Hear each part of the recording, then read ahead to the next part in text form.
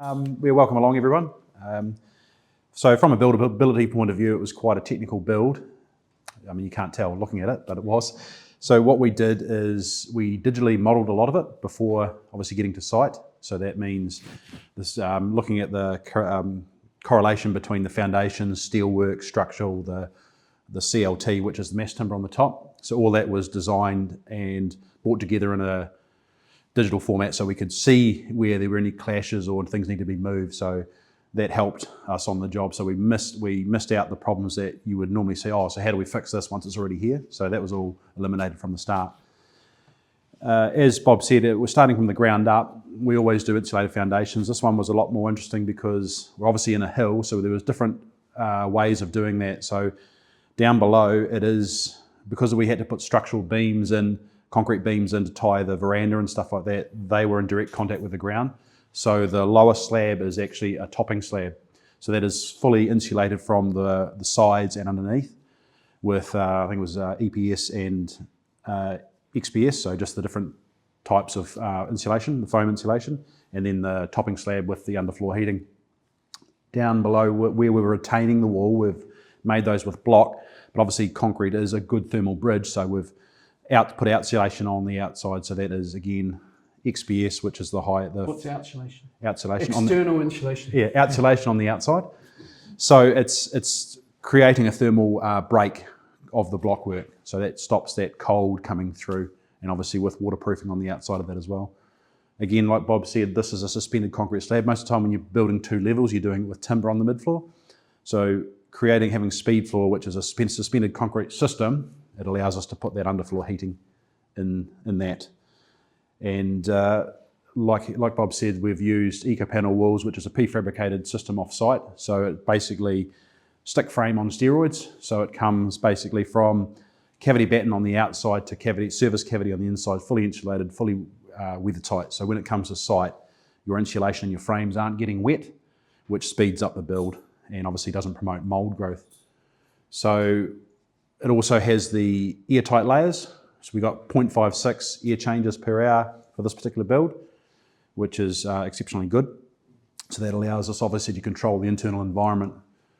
Like Bob said, the windows are European windows, lift and slide. So again, airtight, which is not comparative to the New Zealand thermally broken aluminium still with drainage holes, which is ludicrous really, the way they do that. Allowing moisture to get out from inside to out, which shouldn't be allowed anyway. But that's another story. Good thing about these... the other thing about the windows in New Zealand is they're often externally installed. So we recess the windows into the warm part of the wall. Building code promotes having them on the, flush on the outside of the cladding. So. Leaky building syndrome is how that came about. So the good thing about, as you can see, we've got a whole lot of sun coming in here in the winter because the sun's lower, so it's getting below our overextended eaves, which is giving us some extra warmth. But in the summer, when that sun's higher, you're not going to get that much sun in here. And you'll notice on some of those high-level windows is the white boxes, so that allows us to open those on occasion that it may overheat, so it'll allow for a bit of a chimney effect, so any heat will rise up and obviously go out through those windows. And then we've got the same on the south side, so we've got this sort of cross ventilation thing happening if we want to. Balanced ventilation system obviously is a standard with most of our builds, or all of our builds. You've got to have good ventilation and good air quality. So you'll see that in the plant room down below, just underneath the stairs. So most of the ducts go through this mid-floor because we've got the... Do you want to talk about the warm roof? Yep. Sorry, yeah. So the roof that you can see here is mass timber, so it's 166 mils of cross-laminated timber. And then on top of that, we've created our roof structure with the insulation and a membrane, a waterproofing membrane on top of that. So that creates about this much of solid thickness of insulation. So that's called a warm roof. Again, external insulation and just using the structure as the visual finish. On top of that, we have 14 kilowatts of solar panels as well as a 14 kilowatt battery system, which you've probably seen in the garage. So that obviously with the weather like today, we're getting basically free power to drive everything.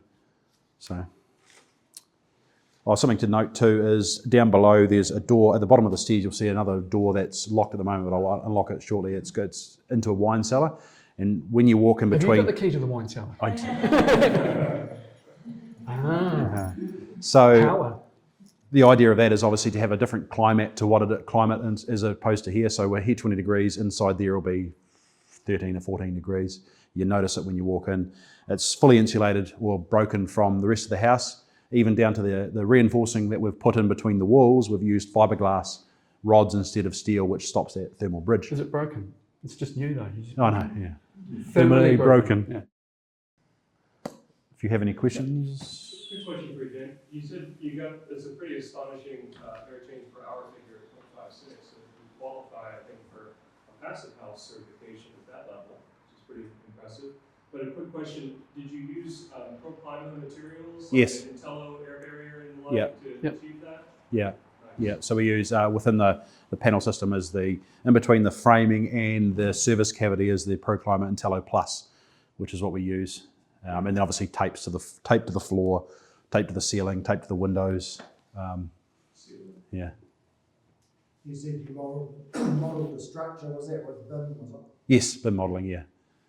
Yep. Yeah, and we also do energy modelling to model the thermal performance as well at the early design stage.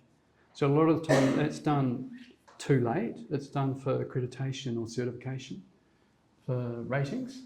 It should be, it's most useful to do that at the design stage and then basically see how it's going to perform. Sorry, are you the architect? Yeah, sorry. Yeah, I'm Bob Burnett. Yeah. Oh, you got here a bit late? Yeah. At what point did you do the thermal modelling? Was that at what stage of the design? Yeah, like I say, at the early concept stage. Right. Yeah. And also designing in the ventilation and the systems in the house, that's all best done at the early concept stage. You don't want to end up with sort of ducts not being able to be run to different places because there's structural beams in the way or something like that. So we're thinking about the ventilation and the thermal performance from basically as soon as the pencil hits the paper, basically. That's what we're thinking about. What brand of Program? sorry? Program? Is that what you're thinking? No, the ventilation. What system was that? Brink. Yeah, Moisture Master. Yeah. Did that. Yeah, it's down in the plant room. Yeah, so you can have a look around and explore the house. Just one thing that I forgot to say for the previous group was out here, I mean, if you come over here, you're welcome to go outside too. There's a kind of a grate in the floor in the deck, and that's there to allow up, there's sort of louvers here and those sort of concertina back to, so you can open up this roof, and that grate is great to allow the light through to the lower level. Looks a bit like a cattle stop for people with stiletto heels, but that's why it's there. Everybody was saying, what's that? But, Stop the sheep from getting into next door. Yeah. You can go anywhere in the house. Maybe just be careful outside. Don't leave the decking area because it's obviously still work in progress. It's 97% finished. Yeah.